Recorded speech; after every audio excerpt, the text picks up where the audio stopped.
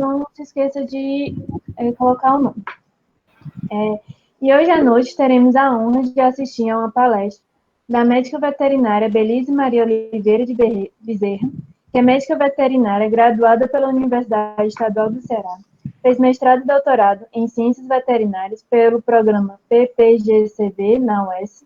É especializada em citopatologia veterinária, docente do curso de Medicina Veterinária da Universidade de Fortaleza, nos módulos de Diagnóstico Clínico Veterinário 1, Processos Reacionais e Adaptativos 1, Habilidade em Veterinária 2, Morfologia Veterinária 1 e Medicina Integrativa e Bem-Estar Animal. Tem experiência nas áreas de Patologia Clínica e Citopatologia Veterinária. Em nome do GEPAC, gostaria de agradecer a presença de todos e a disponibilidade da nossa palestrante. Desejo a todos uma ótima palestra. Olá, pessoal, boa noite. Eu queria começar agradecendo, né, o convite do GEPAC. É uma honra, né, voltar, né, eu sei que não estamos no presencial, né, para estar lá na UES, mas eu sinto como se estivesse voltando, né, para dar uma palestra, e ainda mais em um grupo, né, que é minha área de atuação, né, e que na minha época de estudante não tinha, né, se tivesse, com certeza eu faria parte, né, do grupo. Então, é uma honra muito grande, né? Eu queria agradecer o convite, né, do grupo como um todo. E hoje, gente, a gente vai falar, vou colocar aqui para apresentar, sobre afecções renais, né, voltado para avaliação dos parâmetros laboratoriais, tá? Então, apresentei aqui minha tela. Alguém só para confirmar que está conseguindo ver? Tô vendo, Belise. Tá tranquilo? Tá. Então, gente, esse tema, né, é muito importante, porque as alterações laboratoriais vão ajudar bastante, né, o paciente renal, né, a estadiar esse paciente, a tratar, a prevenir também a doença renal.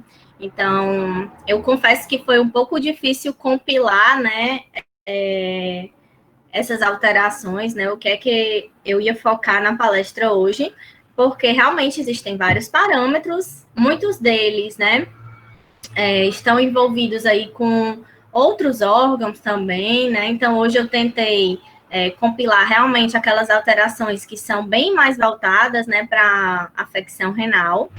Também fiz uma palestra geral de cães e gatos, né, não especifiquei muito dentro de cada espécie, né, porque a gente sabe que tem muitas diferenças, né, e se a gente fosse se prolongar mais, né, a palestra ia ficar bem grande, né, principalmente os gatos, né, que a gente sabe que tem muitos problemas renais, né. Então, coloquei assim de forma bem geral, selecionei os principais parâmetros, né, que são utilizados na rotina, né, trouxe algumas novidades também de parâmetros que ainda não são utilizados, né, na rotina para a gente discutir também, tá? Então, gente, para começar, a gente vai falar das funções do rim, né? Dos rins. E aí, quando a gente fala em rim, a primeira coisa que a gente pensa é na filtração do sangue, né? Todo mundo, quando pergunta, qual a principal função do rim? Filtração do sangue. Mas o rim, ele vai muito além disso, né? Ele tem várias outras funções associadas a essa filtração do sangue, né? E esses parâmetros que a gente vai ver hoje, eles estão muito associados com essas funções. E é importante que a gente entenda, né, como eles estão linkados, e eu vou falar isso para vocês, para entender em que função está comprometendo, né, aquela doença, aquela insuficiência renal, que a gente também vai discutir, né, que tem as diferenças de insuficiência, de injúria, de doença renal, tá? Além disso, o rim, ele é responsável pela homeostase, né, do organismo, pelo equilíbrio, e como é que ele faz isso? Controlando os fluidos, né, que entram e saem das células, né? Então, ele tem esse papel super importante. Além disso, ele é regulador de várias, né, funções aí. Dentre elas, ele regula o volume do plasma sanguíneo, então ele vai regular a pressão arterial, né, que é super importante também, né, que a gente vê em animais mais graves que têm alteração de pressão sistêmica. Então, ele faz esse controle do volume. Ele também controla, né, regula a concentração dos mais variados metabólitos, né, que já que ele é responsável por excretar esses metabólitos, ele também faz esse controle dessa concentração. E mais especificamente, que é o que a gente vai ver hoje, né, e vai comentar sobre os catabólitos nitrogenados, que são super importantes para a gente entender, né, se o animal tem ou não alguma afecção renal, tá? Além disso, ele regula os eletrólitos, né? Hoje eu não vou aprofundar tanto na questão dos eletrólitos, mas vou falar de um mais para frente, que é super dosado e importante, mas a gente sabe que tem uma gama de eletrólitos e ele vai estar regulando, né? Justamente a quantidade desses eletrólitos no sangue também. Regula também o pH sanguíneo, né? Então, ele é responsável por manter esse equilíbrio, né? E aí, quando ele não consegue, quando ele não está exercendo sua função, geralmente acontece uma acidose metabólica, né? Com acúmulos aí do íon H+, né? Então, é uma das alterações, né, que acontece no paciente renal, bem frequente. Esse pH sanguíneo, gente, também não vou me aprofundar nesse exame, mas a hemogasometria, né, também vai ajudar a determinar o pH, se está ácido, alcalino daquele sangue, né, e aí, consequentemente, né, vai me dizer aí uma consequência desse problema renal, que seria a acidose metabólica. E como se não fosse o bastante, né, ele ainda tem a função endócrina. Então, o rim, ele é responsável também por produzir eritropoetina, né, que é um hormônio super importante aí, né, na produção das células sanguíneas, né, das hemácias. E o animal que tem problema renal, se ele não estiver produzindo essa eritropoetina de forma adequada, ele também vai apresentar anemia, né, no hemograma. Então, é um achado bem importante também, né, a anemia, lógico que não é um achado direto, mas a gente correlaciona vários tipos de exame, né, de exames complementares. O hemograma é um dos principais, né, que é solicitado em qualquer patologia, e a gente consegue observar isso, né, essa anemia aí associada aos problemas renais. E também, né, ele é responsável por produzir a renina, né, que vai manter a questão do volume, né, produzido de urina, tá? Então, gente, aqui são as principais funções, né? Vocês estão vendo que é um órgão bem complexo. E aqui eu trouxe para vocês, só para a gente se situar mais ou menos, né, de alguns termos que a gente vai usar aí durante a palestra, da anatomia do rim, né? Então, aqui vocês estão vendo um desenho, né, macro, a gente não está vendo a nível microscópico, mas aqui, né, nessa imagem a gente consegue identificar duas coisas que são bem importantes, né, quando a gente vai avaliar a função renal, que é o córtex, né, que é a parte mais externa aí desse rim, né, o córtex renal, e a medula renal, que é essa parte mais interna, né, onde eu vou ter as pirâmides, né, renais, certo? E, gente, isso é importante porque quando eu tenho um rim, né, que está tendo alguma alteração, alguma injúria, alguma insuficiência, ou um animal, né, que tem doença renal, essa delimitação entre o córtex e a medula, a gente já não vai conseguir mais identificar de forma clara, né, e aí entram os exames de imagem, né, então aqui a gente vai focar nas alterações laboratoriais, mas, né, para o paciente renal também é super importante associar com os exames de imagem, né? Então, a ultrassom é feita, né, justamente para identificar se o formato do rim está adequado para aquela espécie, se a delimitação entre córtex e medula está preservada ou não, né? Então, é super importante por isso, tá? E além dessas delimitações, né, a gente também consegue identificar aqui a pelve renal, né, que vai ligar essa estrutura do rim, né, com o ureter, né, para levar a urina formada aqui nesse rim até a bexiga, tá? Mas o que a gente vai focar mais hoje, né, e a gente vai conversar mais, é sobre a unidade funcional desse rim, né? que a gente vê de forma mais microscópica, né? Para entender direitinho as estruturas, tá? E essa unidade funcional é o néfron, né? Então, a gente vai falar muito aí, né, durante a palestra sobre esse néfron, porque as alterações laboratoriais que a gente vai associar nesse paciente renal estão muito associadas a ele, tá? Então, gente, o néfron, ele é composto pelo glomérulo, né? Esse glomérulo é composto por arteríolas, né? E ele é envolto pela cápsula de Bowman, que vocês estão vendo aqui. Além disso, ele também é composto, né, pelos túbulos, onde aqui a gente tem o túbulo proximal, né? A alça de Henle, o túbulo distal e o ducto coletor.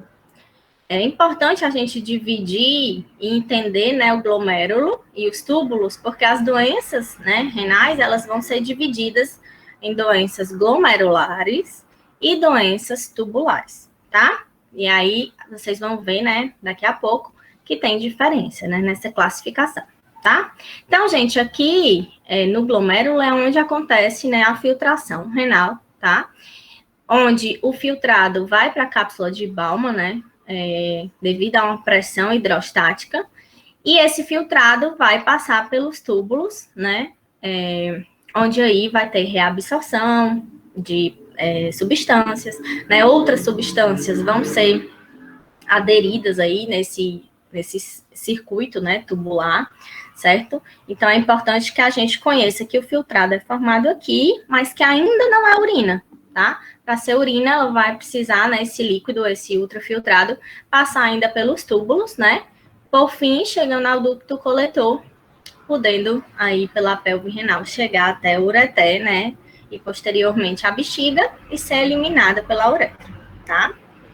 Então, o néfron é a unidade funcional do rim e tem como função aí a formação da urina, tá? Então, gente, falando mais sobre essa filtração glomerular, né, que eu falei para vocês no slide anterior, nesse momento, né, lá no glomérulo, essa filtração, ela é feita de uma forma bem eficiente. Por quê? Porque o glomérulo, ele tem uma barreira de filtração. E ele tem vários mecanismos aí que vão atuar nessa filtração glomerular, tá? Então, a primeira barreira, né, é o endotélio, como vocês estão vendo aqui na imagem, né? Então, o endotélio desses vasos, né, que estão lá no glomérulo, ele vai ser responsável como uma primeira barreira, né? Ele não vai permitir que passem células, moléculas de grande tamanho. Depois dele, a gente vai ter a lâmina basal, né, que é formado por proteínas, né, glicoproteínas, que vai ser outra barreira, né, onde aqui também vão ser retidas moléculas, né, de tamanhos já menores, né, tamanhos médios. E por último, nós vamos ter, né, os podócitos, que são essas células que são formadas, né, pelos pedicelos, né, tem umas ramificações que vão proteger essa saída também de substâncias, né. Nesse caso, consegue até reter substâncias menores, né, de menor peso molecular. Então, devido a essa barreira, e ela é super importante que a gente entenda, né, para entender as alterações laboratoriais, que eu vou falar agora, é difícil passar algumas substâncias, né? Então, substâncias grandes não vão passar por essa barreira. Então, elas não vão sair, né, na urina, né, não vão ser eliminadas. Muitas dessas substâncias são substâncias essenciais, né, para a composição do organismo, para a função do organismo. Dentre elas, tem uma super importante, que a gente vai já falar mais dela, que é a proteína, né? A proteína é uma molécula grande. O organismo não tem interesse que essa proteína saia, né? Então, ela não vai ser eliminada na urina. Se eu encontrar, é porque está acontecendo aí algum problema, né?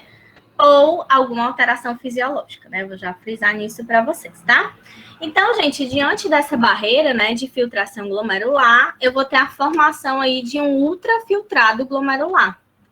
E ele vai ser formado por água e pequenos solutos, né? Já que a barreira ela vai ser eficiente, né, para não deixar passar grandes solutos. Além de esse cuidado, de toda essa barreira aí para não passar esses solutos, Se eles passarem, lá nos túbulos, eles podem ser reabsorvidos. Ou seja, eles têm uma segunda chance de não ser eliminado. Mais uma coisa importante para a gente entender, né? Já que todos os parâmetros, basicamente, que a gente vai falar hoje, tem tudo a ver com isso, né? São substâncias que estão passando pela barreira e que não estão sendo reabsorvidas nos túbulos renais, tá? Algo que é super importante para entender se aquele animal está apresentando uma insuficiência, né, uma injúria, uma doença renal, é entender a taxa de filtração glomerular, né?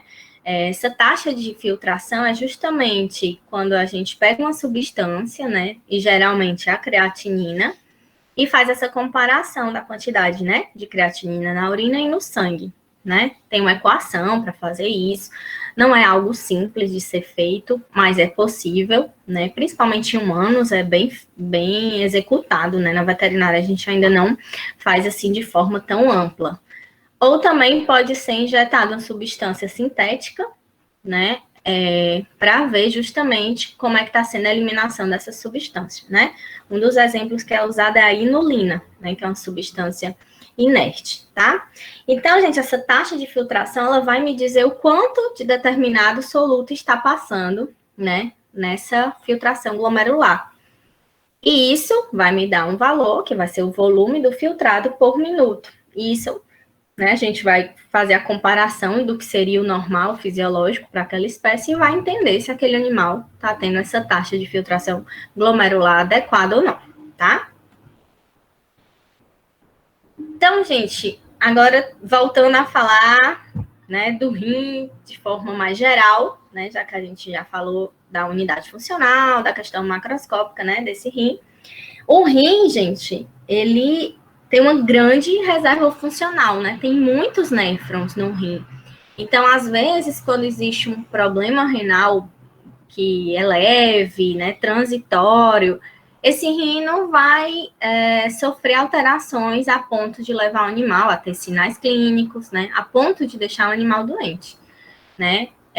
Isso é bom, mas por um lado, é muito difícil você fazer o controle daquele paciente renal, detectar precocemente a doença renal, né? Então, muita gente fala aí, a doença renal é silenciosa, e é verdade. Justamente por isso, por ter uma grande reserva funcional, que é uma vantagem, mas tem essa desvantagem da gente não conseguir detectar essa doença de forma rápida, né? Justamente porque o rim tem muitos néfrons, né?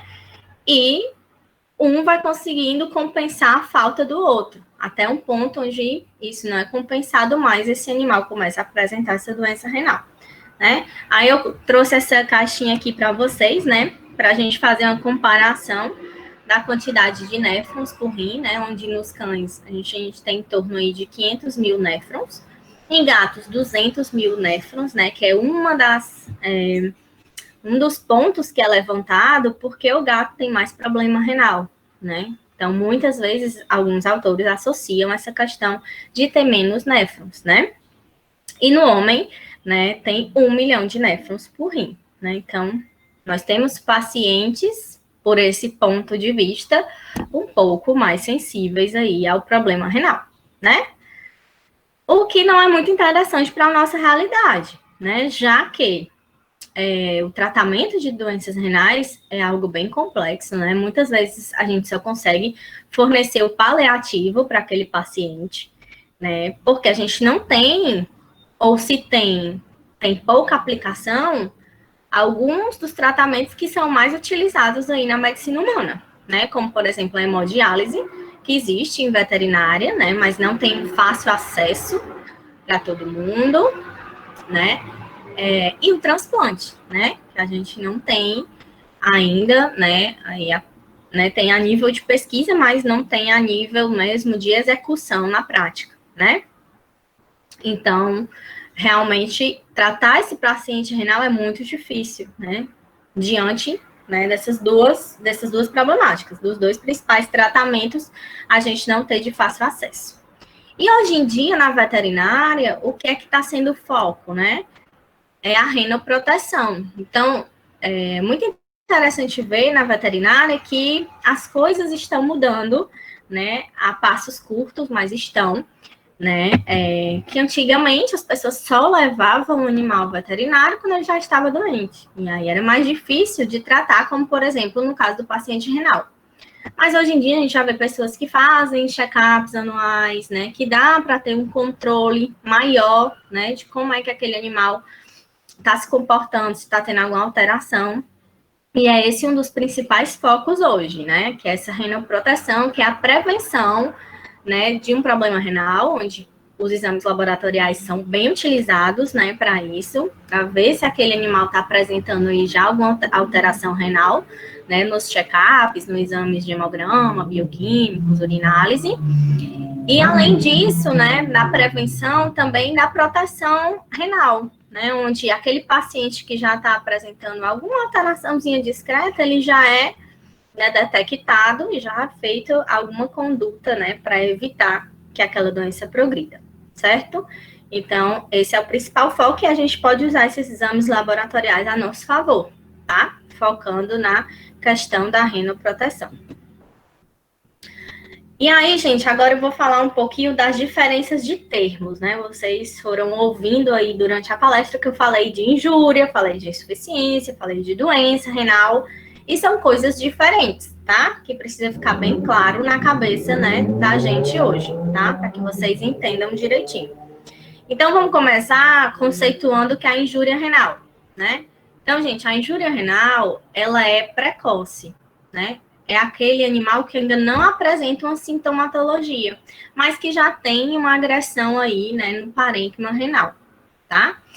Ela é difícil de detectar, porque muitas vezes eu não vou ver sinais clínicos tão aparentes. Mas se eu tiver naquele propósito da renoproteção, eu posso identificar uma injúria renal de modo precoce, né?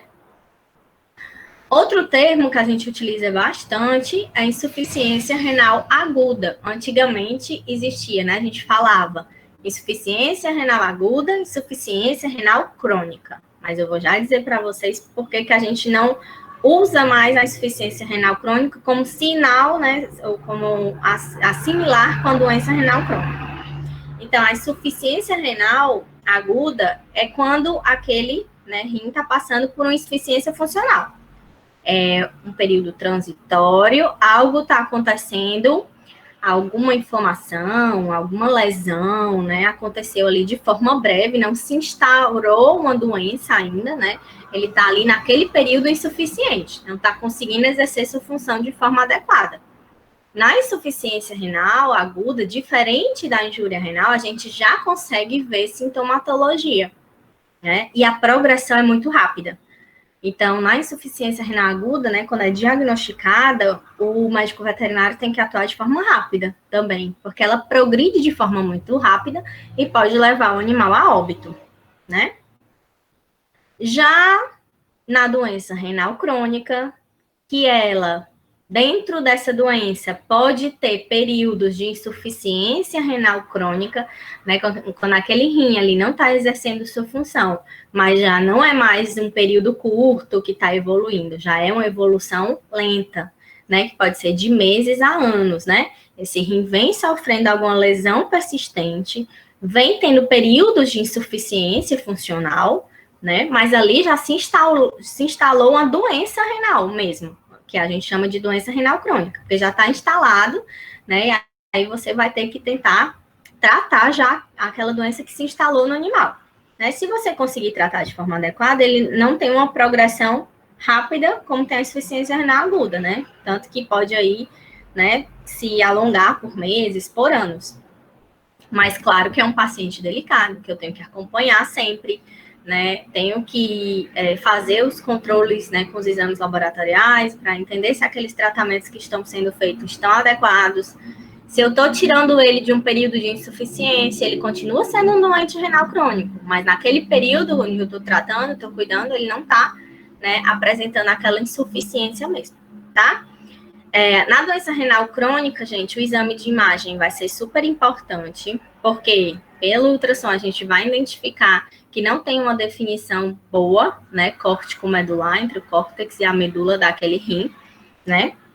Então, é possível utilizar o exame de imagem aí associando, né, com os exames laboratoriais e vai ser de grande ajuda, né? E aqui eu aproveito, né, já que a gente está falando tanto de exame, para salientar que são exames complementares, né? Os exames laboratoriais de imagem. Tudo vai partir da clínica, né, desse animal, certo? Então, esses exames vão ser solicitados, né, vão ser analisados de acordo com a clínica daquele animal, de acordo com o histórico daquele animal, tá?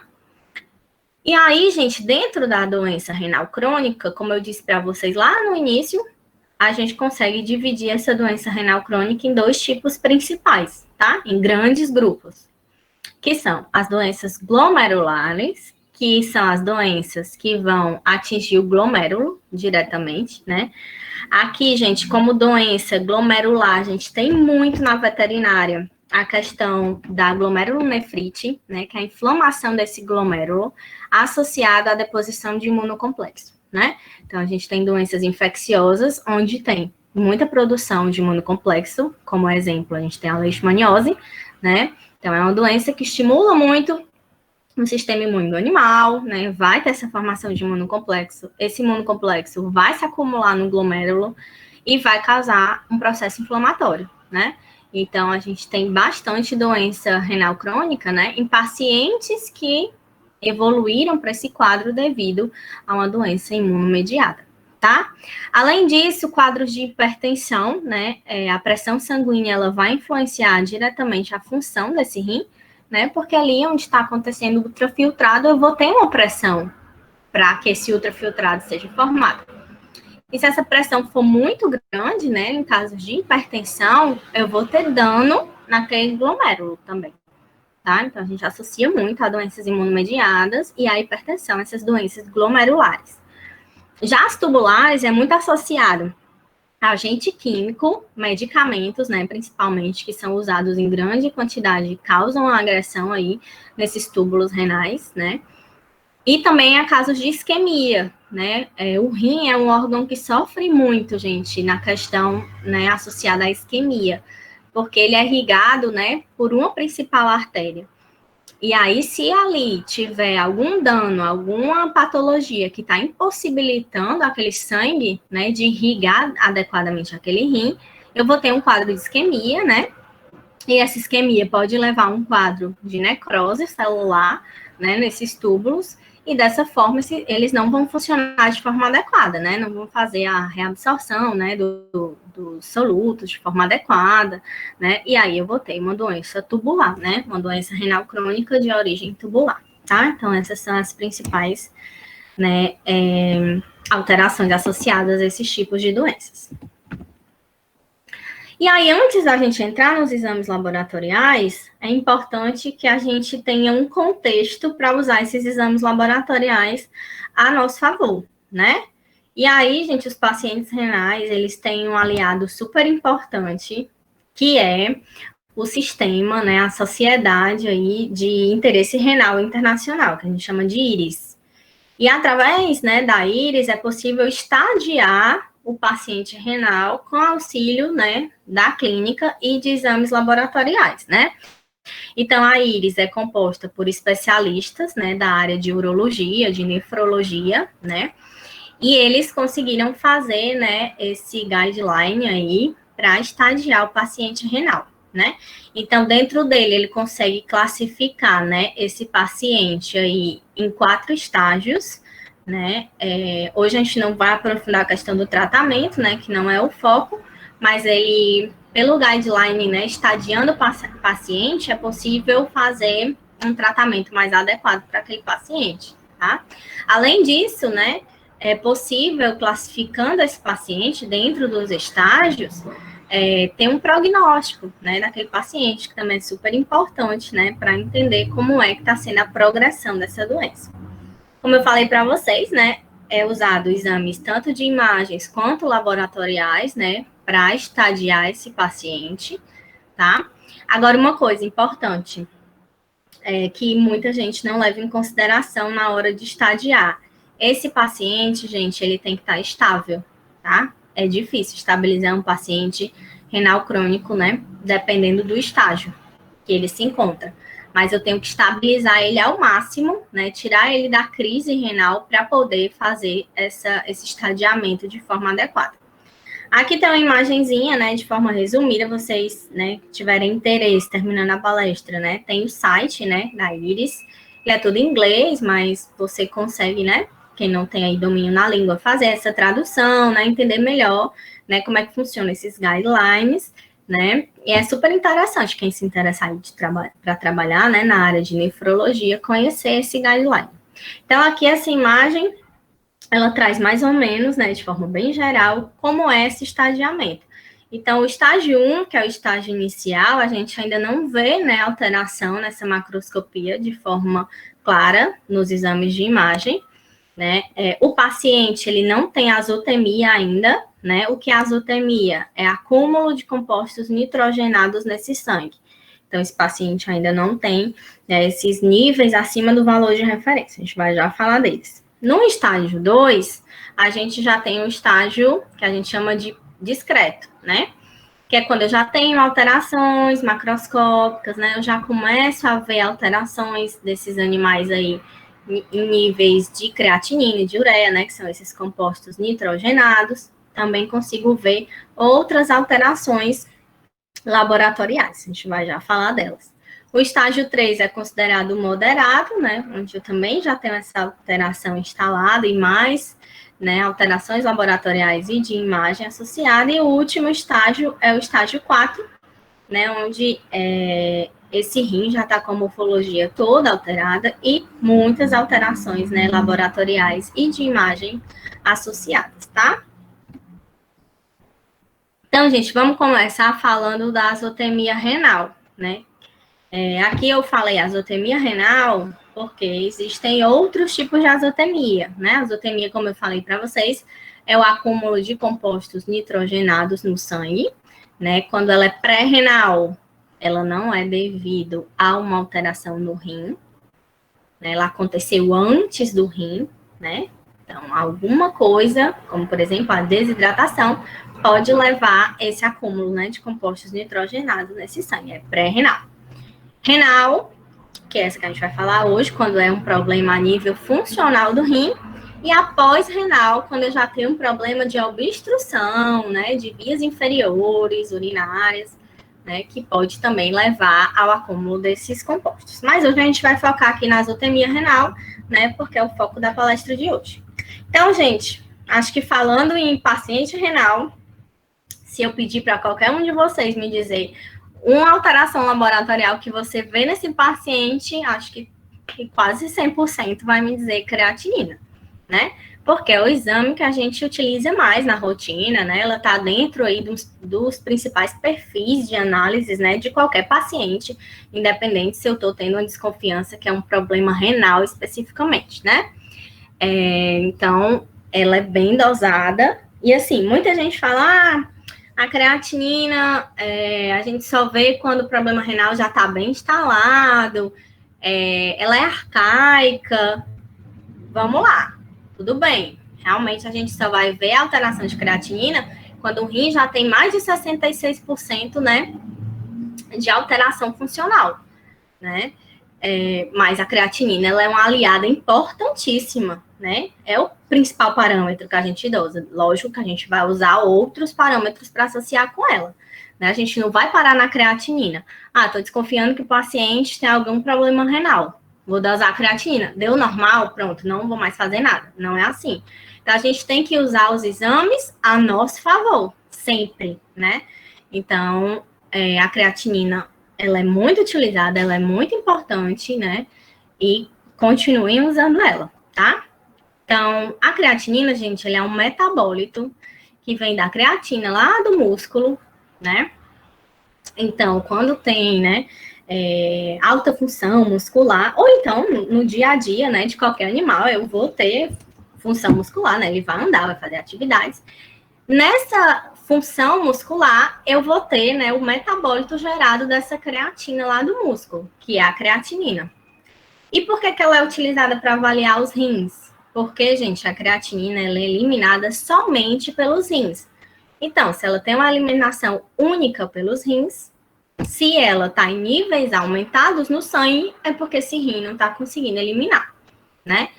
Ela é um biomarcador tardio, como eu falei para vocês, ela só vai se apresentar acima da referência quando essa função desse rim já estiver alterada aí, né? Tem autores que dizem que é 66%, outros que dizem que é 75%, né? Tem uma variaçãozinha aí, mas é tardio, né? Um biomarcador onde esse problema renal já está instaurado.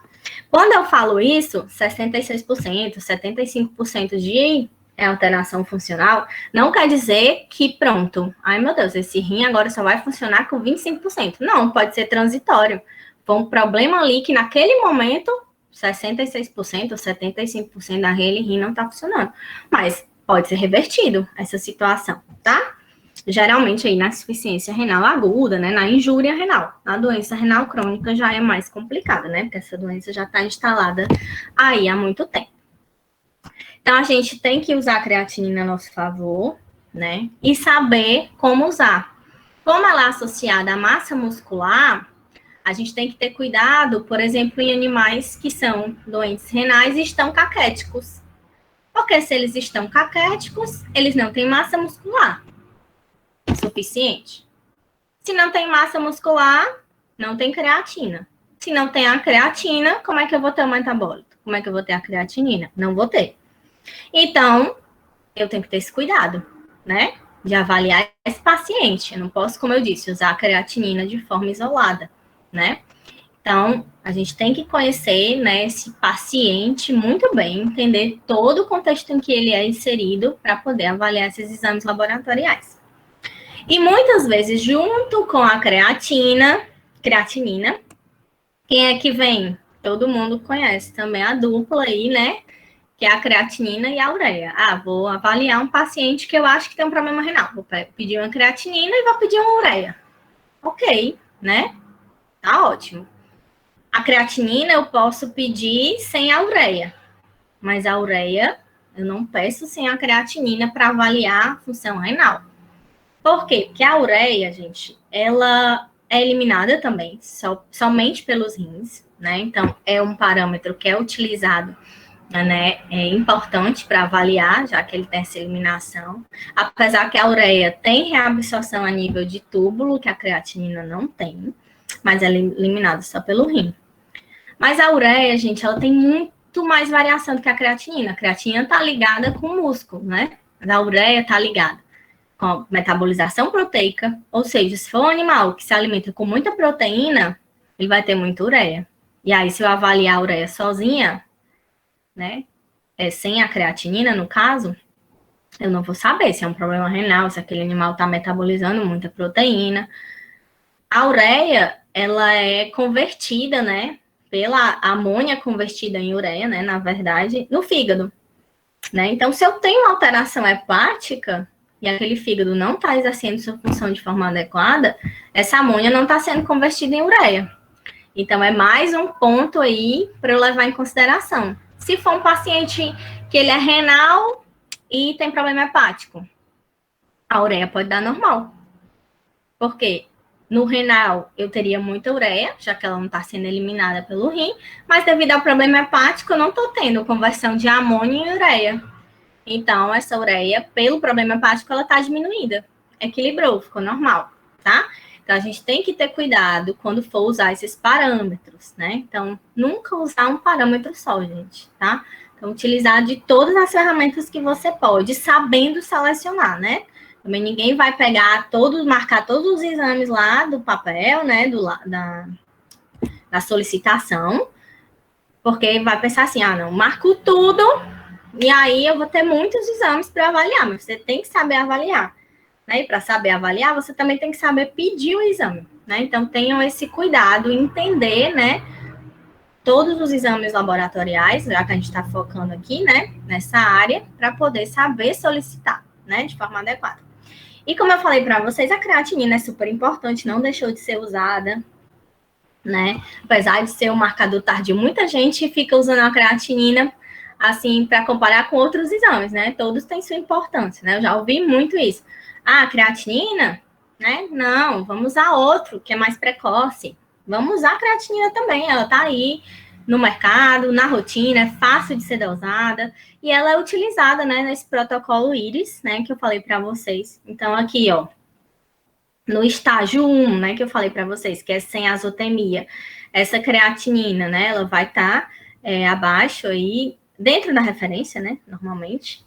Então, eu não consigo ver pela creatinina se aquele animal é paciente renal ou não, né, eu vou ter que solicitar aí outros exames. Já no estágio 2, que é quando eu já tenho, né, essa capacidade funcional diminuída, eu já consigo identificar, né, uma alteração de creatinina. No estágio 3, esse aumento já se torna mais pronunciado, né? Chegando aí até 5, né?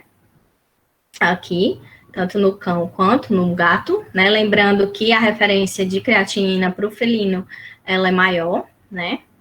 E no estágio 4, que já é o estágio bem grave, essa creatinina, ela vai dar acima de 5, né? Que é aquele paciente que você vai, né, tentar estabilizar, porque realmente ele já está ali com o quadro de azotemia já instaurado, né, e bem intenso. E aí, gente, outro marcador que surge, né, e vem sendo muito falado, muito divulgado, é o SDMA, né? O SDMA é a dimetilarginina simétrica, é uma molécula liberada aí na degradação de proteínas, né? E os estudos, né, é uma molécula mais recente, vem sendo bem estudada, mas já tem kits comerciais, né, para fazer essa dosagem, né, de laboratórios diferentes, né, ela foi divulgada aí por um grande laboratório, mas outros laboratórios já estão utilizando, né, para fazer seus testes, seus kits, né, e ela está sendo muito divulgada porque, né, nos estudos que foi feito com esse marcador, observou-se que o comprometimento aí, né, dessa secreção glomerular do SDMA acontece quando esse rim tem de 25% a 40%, né, da sua alteração funcional, tá?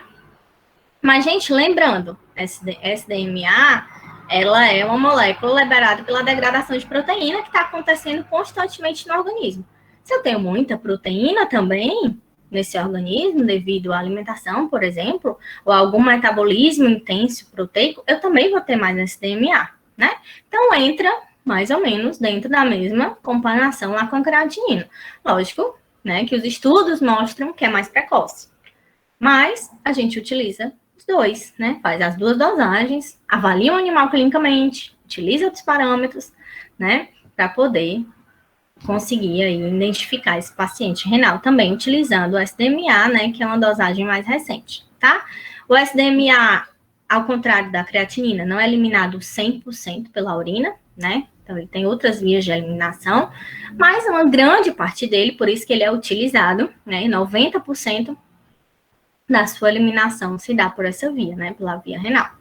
E o SDMA, ele tem a vantagem comparada à creatinina, né, que é um dos grandes, né, trunfos aí do SDMA, porque ele não tem associação com essa questão da massa magra que eu falei para vocês, né? Que é, o paciente renal geralmente é um paciente que perde muito peso, né? Que muitas vezes chega na caquexia. E aí, se ele não tem massa muscular, ele não vai produzir creatinina. Aí é uma grande barreira para eu entender se ele está tendo algum problema renal ou não, né? Mas no questão do SDMA, não, né? Ele não é alterado por essa questão da massa magra, então em pacientes caquéticos é bem interessante, né? De ser utilizado. Aqui tem um quadrinho para mostrar para vocês, né? Quando é que eu já tenho essas alterações, esse aumento de creatinina e de SDMA. Então, aqui, ó, vocês conseguem identificar que o SDMA eu já consigo identificar ele aumentado numa quantidade maior, né, quando comparado à creatinina no mesmo paciente, né? E aí, sempre é importante lembrar que toda dosagem que eu faço no sangue, né, sérica, que aqui são as dosagens que a gente faz principalmente, eu tenho que levar em consideração a hidratação desse paciente, né? Se é um paciente que está desidratado, tem pouca água no sangue, a tendência é que os marcadores bioquímicos estejam mais concentrados. Se é um paciente que está, por exemplo, numa fluidoterapia, onde eu tenho uma grande quantidade de água, né, de líquido ali, eu vou ter uma tendência a ter esses marcadores mais diluídos, né? Então, eles podem dar diminuídos ou dentro da referência, quando na verdade eles estão alterados. Então, é super importante a gente conhecer o grau de hidratação do paciente renal também, tá? E aí vem uma novidade, né? A gente falou da creatinina e da ureia, que são muito utilizados, do SDMA, que está sendo utilizado agora, né? Mas de forma mais intensa, né? Vem sendo, né, utilizado. E vem outro marcador aí que eu vou falar para vocês que a gente ainda não tem de forma rotineira. Ele ainda não é dosado na rotina do laboratório, né? Mas a nível de pesquisa, ele já vem despontando aí, né? E eu acredito que em breve ele vai entrar na nossa rotina, por isso que eu trouxe aqui, né, para que vocês já conheçam, que é a cistatina C, né? Ela é bem utilizada em humanos já, gente, para avaliar, né, pacientes renais. Na veterinária, como eu falei, na rotina não é, mas a gente já vem tendo muitas pesquisas, né, com foco na cistatina C. A cistatina C é uma proteína de baixo peso molecular, né? Ela é produzida por todas as células nucleadas, né? E ela é eliminada pelos rins, né? Através da filtração glomerular. Então, por isso que a gente utiliza também, né, ela como um marcador, porque ela vai me dar informações de como é que está acontecendo essa filtração, né? E aí eu trouxe esse estudo para vocês, né, de 2018, super recente, aí publicado na Pesquisa Veterinária Brasileira, que eu achei super interessante, ele é em português, né, ele é produzido, né, produção brasileira, são os pesquisadores da UFMG, né, que estudaram, fizeram esse estudo super interessante, gente, super simples, que traz muita informação. Então, foi o que eles fizeram, eles dosaram a cistatina C sérica, né, em cães que estavam internados, né, que estavam com enfermidades críticas, né, em uma UTI veterinária, tá? E aí eles dosaram por quê? Porque esse paciente crítico na UTI, geralmente ele apresenta uma insuficiência renal, né, geralmente aguda, a não ser que ele seja um paciente que já vinha com problema renal, né, ele pode ser um doente renal crônico, né? Pela condição mesmo, né, esse animal não vai ter sua pressão arterial conservada, é um animal que não está se alimentando de forma adequada, não está ingerindo líquido de forma adequada. Então, ali, transitoriamente, é um paciente que a gente tem que ter esse cuidado renal. E aí, foi super interessante esse trabalho, porque eles compararam, né, a cistatina C, dosaram tanto a cistatina C quanto a creatinina desses pacientes, né, e eles chegaram à conclusão que a cistatina C apresentou concentrações mais elevadas em 78,6% dos pacientes, enquanto a creatinina aumentou apenas em 28,5% dos cães. Então, é bem discrepante, né, os valores. Então, a cistatina C se mostra aí por esse estudo, lógico que precisam de mais estudos na veterinária, né, para a gente conseguir bater o martelo e levar ela para a rotina, porque no humano a gente já sabe que ela é eficiente, e na veterinária a gente precisa provar, né, com os estudos.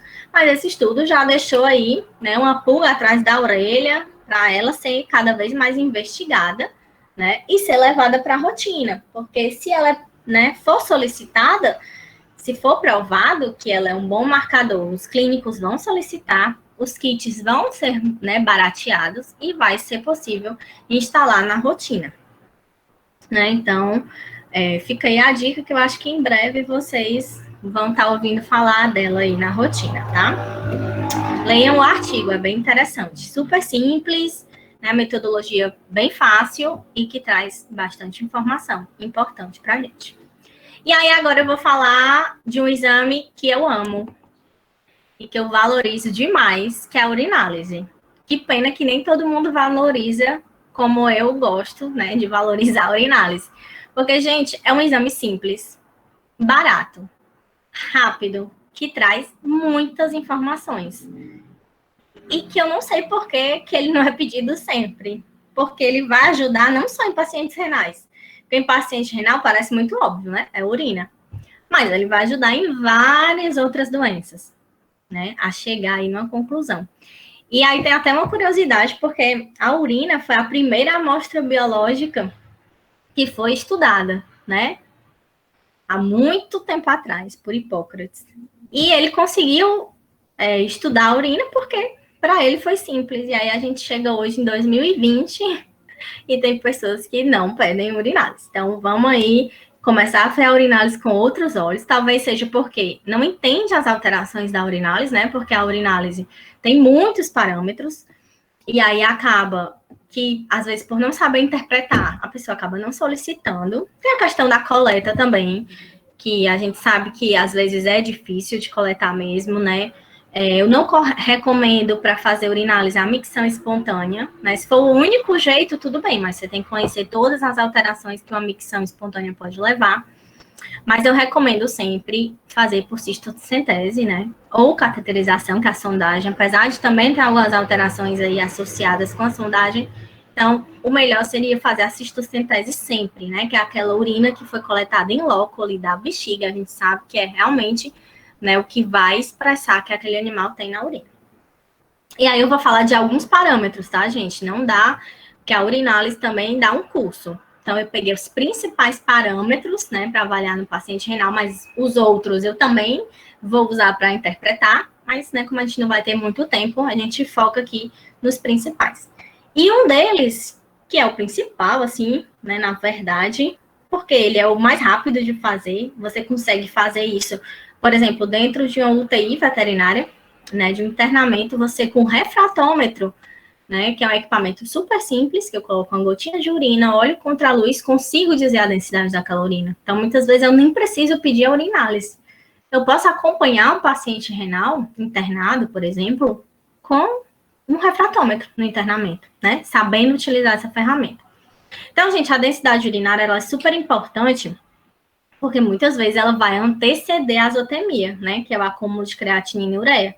Então, eu já consigo ver em um rim que tem a capacidade funcional alterada, mas não tão alterada, né, como no caso da creatinina. Ela vai me dizer se aquele rim ele está concentrando ou não aquela urina, né, no caso, nos túbulos renais, né, onde vai ter a deposição e a reabsorção aí de solutos, tá? Ela também vai ser totalmente atrelada ao estado de hidratação. Eu tenho que conhecer se aquele animal está desidratado, então aquela urina vai ser mais concentrada devido à desidratação, ou se é um animal que está em fluidoterapia, onde ela vai estar menos concentrada, né? Porque eu vou ter um grande volume aí de água. E aqui para o paciente renal é muito importante eu conhecer os dois extremos da densidade urinária, que é o paciente que tem hipoestenúria, que é quando essa densidade está abaixo dos níveis de referência, e quando eu tenho um paciente que tem hiperestenúria, onde essa densidade está acima do valor de referência. Elas duas vão me dizer que aquele animal tem uma alteração, afecção renal. Mas eu preciso entender por que ela está ali e ela é associada a quê? Então, gente, a hipoestenúria é muito associado ao paciente que é doente renal crônico, né? Que já tem uma progressão lenta daquela doença, certo? Por quê? Porque o paciente renal crônico, ele não consegue concentrar aquela urina, né? É passado uma grande quantidade de água, os solutos não são mantidos, né? Por quê? Porque ele já não consegue mais ter sua função adequada, né? Que é justamente ali fazer aquela reabsorção, né? Fazer aquela deposição de solutos naquela urina. Então, geralmente, no doente renal crônico, eu vou ver aquela urina bem clara, parecendo água mesmo, né? Amarelo bem clarinho, muitas vezes, que é o caso de uma densidade baixa, né? Um animal que tem hipoestenúria. Já em animais que têm uma insuficiência renal aguda, muitas vezes eu vou ver a hiperestenúria. Então, se for, por exemplo, uma insuficiência renal aguda associada a um quadro de inflamação, aquela inflamação vai gerar muita liberação de proteína, né, nos túbulos renais, no sistema urinário como um todo, de células, né, ali, devido à inflamação, pode ter um extravasamento ali, né, devido ao aumento da permeabilidade vascular, de hemácias, de leucócitos, de escamação das células, né, desse rim. E aí tudo isso vai se acumular, todos esses solutos, né, e essas substâncias, essas células vão se acumular nesse líquido, né, na urina, e esse acúmulo vai fazer com que ela seja mais concentrada, tá?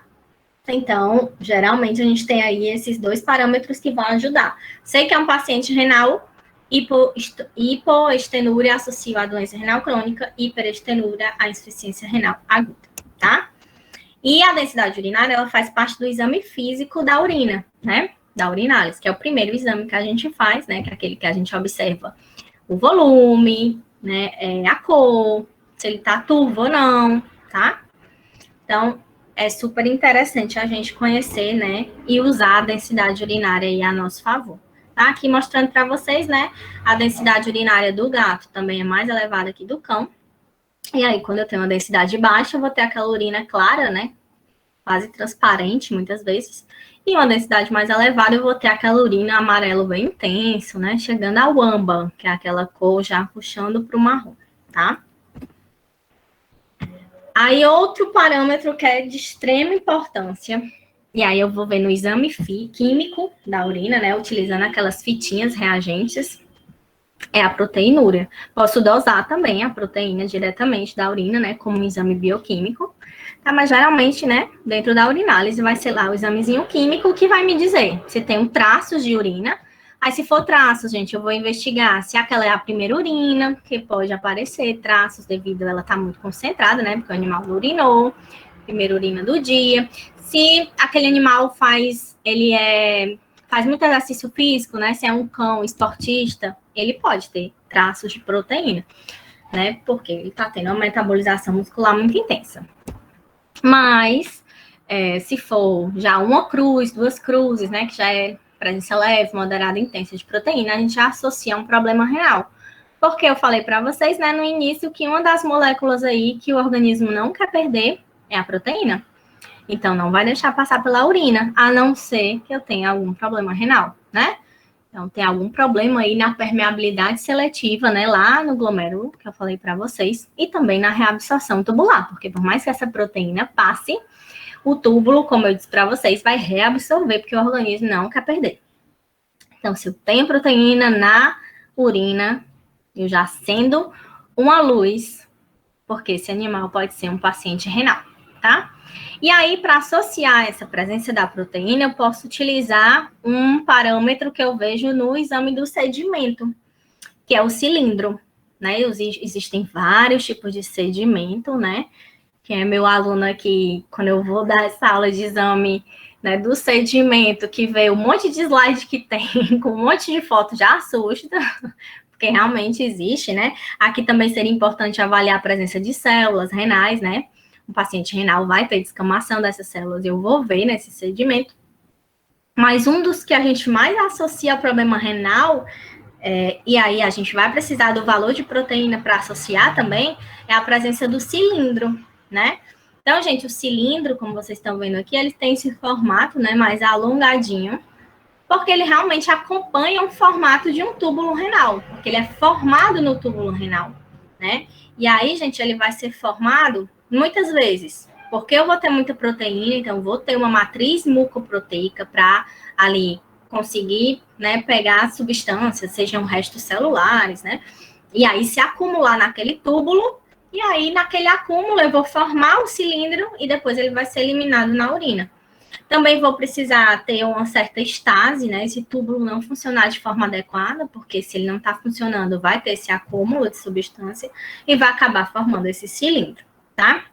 Então, associo o cilindro à proteinúria, como eu falei para vocês, porque eu vou ter a matriz mucoproteica, degeneração celular, né? Inflamação, mas eu também vou ter ali, né, um sedimento ativo que vai se acumular naquele túbulo e formar o cilindro.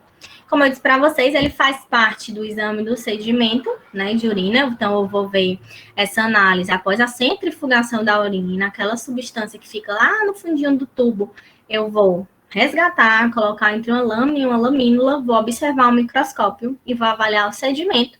E se for um paciente renal, a chance de eu encontrar o cilindro é altíssima. E aí, aqui vocês estão vendo dois tipos de cilindro. Então, esse aqui é um cilindro que eu chamo de cilindro granular, que é o que eu vou ver na injúria renal, na insuficiência renal aguda. Por quê? Porque ele é fininho, não passou muito tempo no túbulo, né? Passou, teve um estasezinho, acumulou substância, a proteína ali e foi eliminado. Mas esse outro cilindro não. Vocês estão vendo que ele é bem mais largo, né? Tem bem mais substância aqui nesse cilindro. Por quê? Porque eu já estou tendo estase renal pronunciada. Esse túbulo praticamente não está funcionando, porque acumulou muito resíduo. muita matriz mucoproteica. E aí formou esse cilindro, né? Que ele é bem mais largo do que o granular, que a gente chama de cilindro sério, tá? Então, é super importante a gente entender também a afecção renal comparando os dois tipos de cilindro, para entender se é agudo ou se é um processo mais crônico, tá? E aí, outros exames, né, que a gente também vai utilizar a urina, não é mais a urinálise, mas a gente vai usar a urina para poder dosar, é a microalbuminúria, né? Essa proteína, gente, ela não é dosada em testes convencionais, né? É um teste apropriado para dosar pequenas quantidades de albumina, por isso que é microalbuminúria, né? E aí ele vai conseguir me dizer se está tendo passagem dessa albumina em baixas concentrações, ou seja, ele vai detectar o problema renal lá no início. Então, não está passando todo tipo de proteína, está passando albumina em pequena quantidade, né? Então, ele é muito utilizado hoje, né, com uma dosagem preditiva aí, porque ele vai me dizer se o paciente já é um paciente em potencial para se tornar um paciente renal, né? Então, se eu tiver desconfiando do animal que tem alguma tendência a apresentar esse problema, é interessante fazer a microalbuminúria. É uma dosagem bioquímica também, um kit específico, né, para dosar essas pequenas quantidades. E aí, ela não é ainda muito disseminada, né? Porque eu preciso ter esse kit mais específico e tal. Mas tem outra análise que eu também não entendo muito porque que as pessoas não usam, que é uma análise barata, simples, usando a urina, que vai ajudar muito o paciente renal, que é o que a gente chama de relação proteína creatinina urinária, ou RPC, né? Talvez alguns de vocês escutem a sigla UPC, né, que vem do inglês, mas aqui no Brasil a gente usa a sigla RPC. E o próprio nome já diz o que é que a gente faz. A gente dosa a proteína na urina, a gente utiliza um kit mais específico, né? A gente não usa o kit que a gente utiliza normalmente para dosar no soro, porque na urina eu vou ter, como já disse para vocês, não vai passar essa proteína. Se passar, muitas vezes é em pequena quantidade. Então, eu preciso de um teste mais específico, né? E é um teste mais sensível de proteína, né? Ele utiliza uma substância que é o vermelho de pirogalol. E aí eu consigo dosar essas, né, baixas quantidades de proteína, mas que se tem, já tem um problema renal, né? Além disso, eu vou dosar a creatinina também dessa urina, né? Também de forma bioquímica, os dois eu vou usar equipamento bioquímico, né? E aí eu preciso que essas dosagens estejam na mesma unidade. Eu vou dividir uma pela outra. Vou pegar o valor da proteína, dividir pelo da creatinina e vai me dar essa relação UPC. Como eu disse para vocês, é uma avaliação da lesão glomerular precoce, né? Então, ela vem antes aí de alterações na creatinina. Muitas vezes eu nem tenho evidência, né, clínica e laboratorial, que é um paciente renal. E se eu pedir um RPC, eu vou conseguir já ver alguma alteração que vai me ligar aí um start para eu cuidar daquele paciente, né? E ela, gente, ela já dá aumentada quando tem 25% do comprometimento, né, desse tecido renal. Então, é super importante utilizar o RPC e é super simples, né? Vai ser tranquilo de fazer essa dosagem, não precisa enviar para laboratórios externos, né? É possível fazer aqui mesmo em loco, tá? Então, o que é que eu faço? Pego esses valores, divido um pelo outro, vai me dar, né, um número, que aí eu vou fazer aí, colocar dentro da referência, que a gente vai já falar, para entender se é um paciente renal ou não, tá? Primeiro, também é importante, antes de fazer a coleta, para fazer esse exame, entender se aquele animal pode ter uma proteinúria não renal, no caso de animais que, né, se alimentam com grande teor proteico, e também saber se aquele animal tem aquele problema renal devido a alguma inflamação, porque devido ao aumento da permeabilidade vascular, né, eu posso ter também esse aumento aí de proteína e está só relacionado com o processo inflamatório. RPC, gente, eu vou ser mais exigente aqui. Eu recomendo só cistocentese. Porque se for por micção, né, eu posso ter muita alteração proteica aí no trato inferior, assim como pela sondagem também. Então, posso ter esse valor alterado. Então, peçam a cistocentese, no caso do RPC, né? Da urinálise, abram uma exceçãozinha, assim, se puder, avalie bem. Eu sou meio exigente com a forma de coleta, mas vamos trabalhar também com o que a gente tem, né?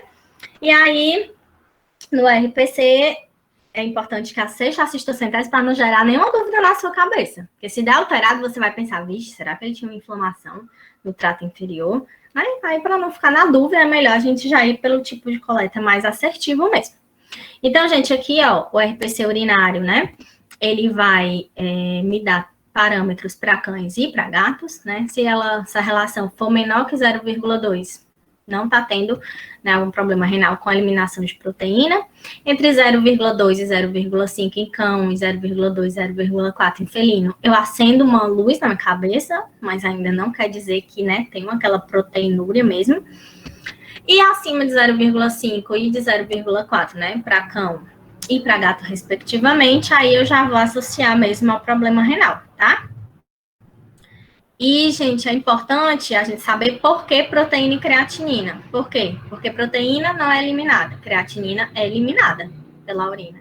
Então, a creatinina vai entrar aí como um parâmetro para a proteína. Não vou ver a proteína de forma isolada, eu vou ter uma comparação.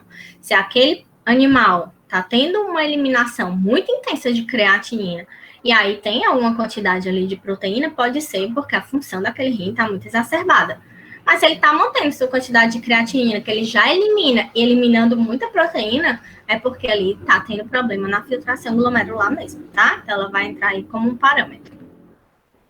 E aí, gente, eu falei para vocês que eu não ia focar tanto no eletrólito, né? Porque a gente for falar de todos os tipos de eletrólito, né? A gente vai se delongar aí muito mais, né? E eu falo demais, porque eu faço já pouco slide para falar pouco, para dar tempo. Mas eu vi aqui que eu já passei da 1 hora, né? Mas eu escolhi o fósforo, né, para falar, apesar que eu vou ter alteração de sódio de potássio de cloreto. Mas, né, como são muitas alterações e vai variar muito da progressão da doença, né?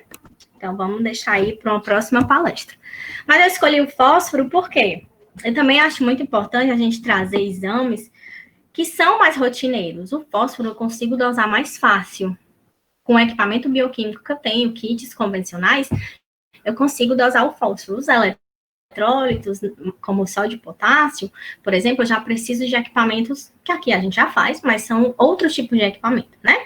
Então, por isso que eu trouxe o fósforo, porque ele é muito solicitado e ele é fácil de fazer também, né? Então, ele está dentro da rotina.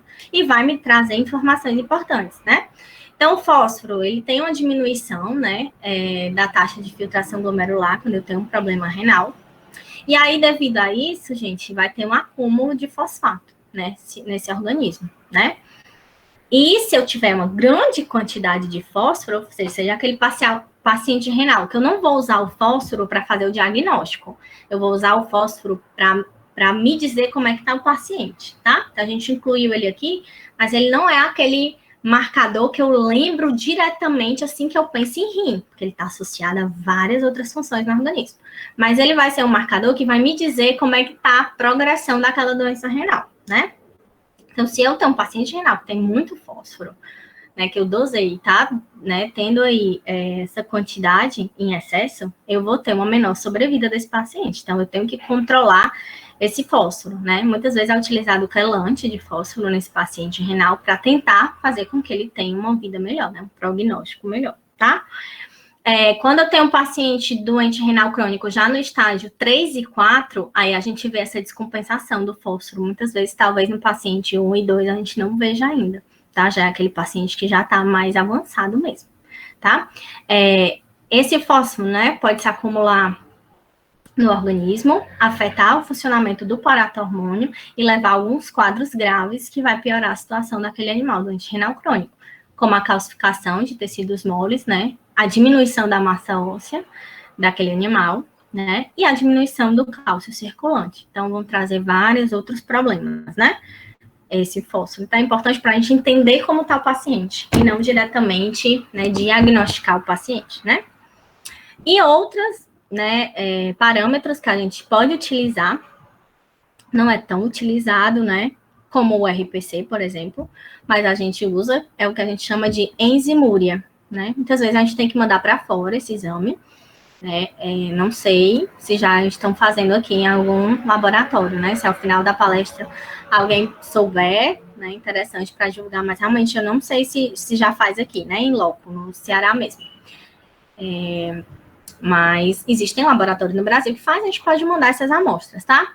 Que é essa enzimúria, né? Que a gente vai utilizar o GGT e o NAG, né? Que são duas enzimas, e elas são utilizadas, gente, porque o GGT em problemas renais, eu vou ter um extravasamento, né, dessa enzima, porque ele está lá na borda em escova, né, dos túbulos proximais, então eu vou ter ali uma saída do GGT.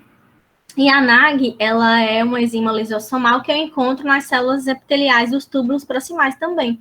Então, quando eu tenho alguma alteração de função, eu vou ter liberação, né, dessa enzima também.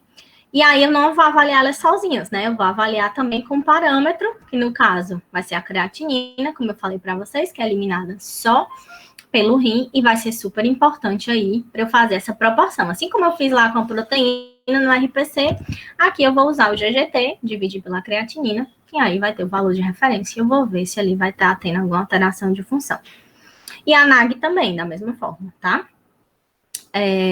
Essa enzimúria também ela é mais precoce, né? Então eu consigo identificar antes da azotemia e eu vou associar diretamente à lesão tubular, porque as enzimas são encontradas nos túbulos, tá? Então, trouxe para vocês, porque é outro parâmetro que a gente também pode utilizar ao nosso favor, apesar do RPC ser o mais comum, né? A gente fazer com mais frequência quando é essa questão de proporção. Mas aí, né, existem outros exames que a gente pode associar, como são esses.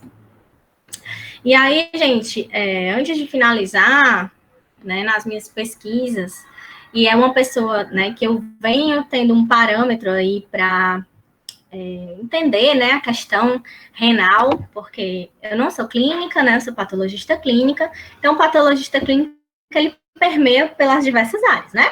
Então, a gente fala de exame laboratorial associado à função muscular, à função hepática, função renal, função pancreática, parte hematológica, bioquímica, urinária, então a gente permeia muito, né, por várias espécies diferentes, né? Então, o patologista clínico, ele não foca numa espécie só, numa área só, né? Ele é mais amplo. Então, né, lógico que como são muitas áreas, muitas espécies, muitos órgãos, muitos sistemas, a gente acaba, né, tendo que estudar bastante e acaba tendo que ter pessoas de referência daquelas áreas para a gente assistir uma palestra, aprender mais, entender mais, né? Entender da rotina. E aí, uma pessoa que eu venho acompanhando bastante, assistindo várias palestras dele, né, lendo trabalhos dele, é o professor Júlio César, né, Cambrai, ele é lá da UFMG. Ele é nefrologista, né, então ele foca bastante na questão dos exames laboratoriais em cão e gato, focado para nefrologia. Então, quem tiver interesse nessa área, né, busquem, né, o nome dele, vocês vão encontrar muita coisa, né? Então, ele é muito bom, né, assim, passa muito conhecimento, é super didático, toda a palestra dele, assim, eu aprendo bastante. E aí, nas minhas pesquisas, né, de atualização aí para a palestra de hoje, eu achei esse artigo, ele não é tão novo, mas é interessante, né, porque ele foi publicado, é um artigo de revisão por pesquisadores brasileiros, né? E a gente, né, sabe que tem excelentes trabalhos, né, internacionais, que a gente busca muito trabalho em inglês quando a gente vai fazer pesquisa, mas aqui a gente tem excelentes grupos, como esse da UFMG. E aí eu achei esse trabalho, que são testes de avaliação de injúria renal precoce em cães, então ele lista vários, né? Muitos do que a gente falou aqui, outros, né? Então, fica aí a dica de leitura para vocês, né? É em português também, então busquem, ele é aberto, né? Não precisa pagar para ter acesso. Então, busquem, né, esse artigo aí, que eu acho que vai complementar a palestra de hoje, tá? Então, é isso, gente. Queria agradecer mais uma vez o convite, né? Deixar meu contato, meu e-mail, caso alguém, né, queira tirar alguma dúvida por e-mail, ter algum contato aí, né, relacionado à palestra, pode me mandar também o e-mail, tá? E fico à disposição aí de vocês para as perguntas. Deixa eu voltar aqui para a tela. Então, gente, não sei se no chat já tem, Amanda me ajuda aí. Beleza. Tu quer que eu faça as perguntas? Pode ser, pode fazer? Posso. Lai Santos, em casos de desidratação, eu posso ter valores de creatinina e ureia aumentadas, ou sempre será apenas uma delas aumentada? Eu posso ter das duas lá. Então, na verdade, dos parâmetros bioquímicos no geral, né? Se eu tenho um animal desidratado, ele tem menos água. Então, se ele tem menos água, ele tem mais concentração, né, dos solutos, né, dos marcadores bioquímicos. Então, tem que ter muito cuidado com o animal desidratado, porque eu posso ter uma alteração de valor, né, quando, na verdade, aquele animal não tem. Foi devido à desidratação. Em especial no animal que é doente renal, né? Já que a desidratação, muitas vezes, ela está associada, né, a esse quadro. Então, tanto a creatinina quanto a ureia podem estar aumentadas, sim. Joana Mazari. Assistindo é 100% eliminada por filtração glomerular? Serve de parâmetros para gatos? Sim, ela serve de parâmetro para gato. Na verdade, vem até sendo bem estudada, Joana, para gato mesmo. Ela tem eliminação, né, por filtração glomerular, mas ela não é igual à creatinina. Ela ainda tem uma reabsorçãozinha a nível tubular, né? Então, a creatinina é a única que é 100% sem reabsorção, mas a cistatina ainda tem um percentual de reabsorção, né? Então, não considero 100% total, tá? E aí, a taxa de comprometimento a gente ainda está meio que engateando, né? Na cistatina, sei. Mas já tem trabalho que mostra que é 25% do comprometimento renal, ela já dá aumentada. Então, se a gente conseguir provar na veterinária, né, e conseguir estender os nossos trabalhos e pesquisas nessa área, acredito que ela vai ser um marcador bem importante, né? Que daqui a uns anos a gente vai estar utilizando ela na rotina. A Laís Santos também perguntou como eu interpretaria essa presença de cistatina, porque ela é sintetizada por células nucleadas, em caso de leucocitose, por exemplo, ela estaria aumentada também ou não? Sim, né? Eu tenho que ter o cuidado e focar nela na questão da eliminação, como ela é um parâmetro, como a eliminação renal, né? Ver ela ali como algo que está sendo, né, eliminado pelo rim, e se eu tenho muito, numa quantidade mais elevada para aquela espécie, é porque eu estou tendo um problema a nível renal. Porque como célula nucleada eu vou ter em todo lugar, por isso que a gente tem que ter mais estudo. Eu tenho que ter um parâmetro para aquela espécie, né? E a inflamação, com certeza, seria um diferencial aí, porque normalmente o animal não tem inflamação, né? Assim, fisiologicamente. Então, se é produzida por célula nucleada, na inflamação ela pode estar aumentada. Então, eu precisaria realmente de estudos para me dizer até quando essa inflamação, né, influenciaria. A gente ainda não tem trabalho a esse nível, mas eu acredito que vai ser algo a se levar em consideração, né? Como a gente viu em outros parâmetros também, a inflamação ela influencia muito, né? Em vários marcadores. E aí aqui pode ser um problema. A gente tem que investigar mesmo. Lá ainda não tem trabalhos, né, me mostrando isso. Mas pensando no fato de ser sintetizada por células nucleadas, com certeza na inflamação isso poderia acontecer, né? A outra pergunta. Em felinos, o aumento de GGT é mais associado ao TFG ou à colangite? No caso aqui, Joana, né, esse GGT a gente não está focando em outros órgãos, porque é justamente o GGT que a gente vai avaliar na urina é o produzido pela borda em escova do túbulo contorcido, né?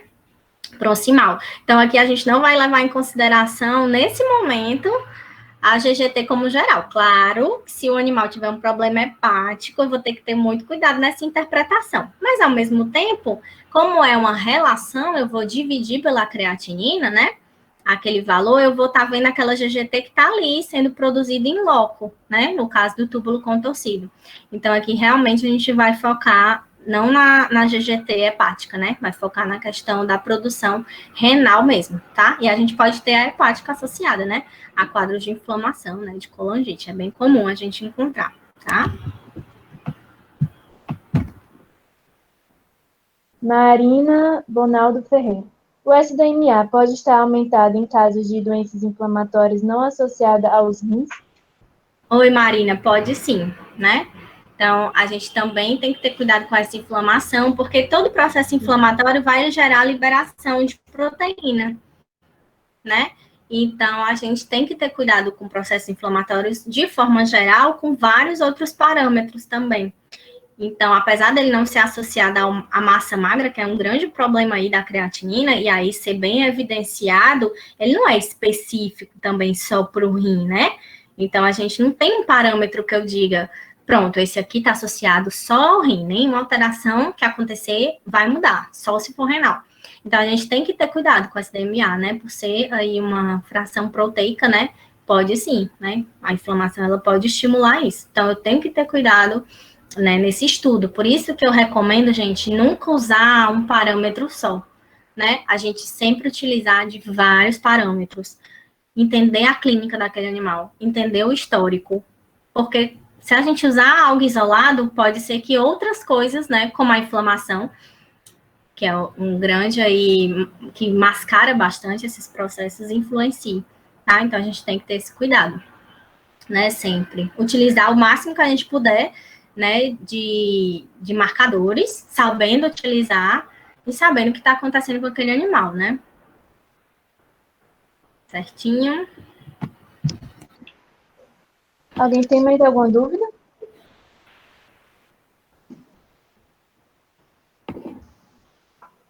Obrigada, gente. Beleza, eu queria agradecer por ter aceitado o nosso convite. Foi muito boa, parabéns pela palestra. Obrigada, Amanda. Eu que agradeço. Para quem não sabe, a Amanda é uma das minhas filhas científicas. E aí a gente, né, trabalhou juntas aí no meu doutorado, ela me ajudou bastante. E eu fiquei super feliz com o convite. Ela vem me acompanhando aí em todas as palestras, né? Todas as palestras que eu ministrei nesse período remoto, a Amandinha estava lá. Então, obrigada, Amanda, né, pelo convite e por sempre estar presente, né? A gente nunca perdeu contato e continuemos aí, né, por longos períodos. Muito sucesso aí nessa carreira, que já, né, você está aí no mercado de trabalho. Vai ser um excelente patologista. Obrigada, Beris, graças a Deus. A gente que agradece você ter aceitado o convite. Foi muito bom, maravilhoso. Obrigada. Muito obrigada. Muito obrigada, pessoal. Foi ótimo estar aqui com vocês.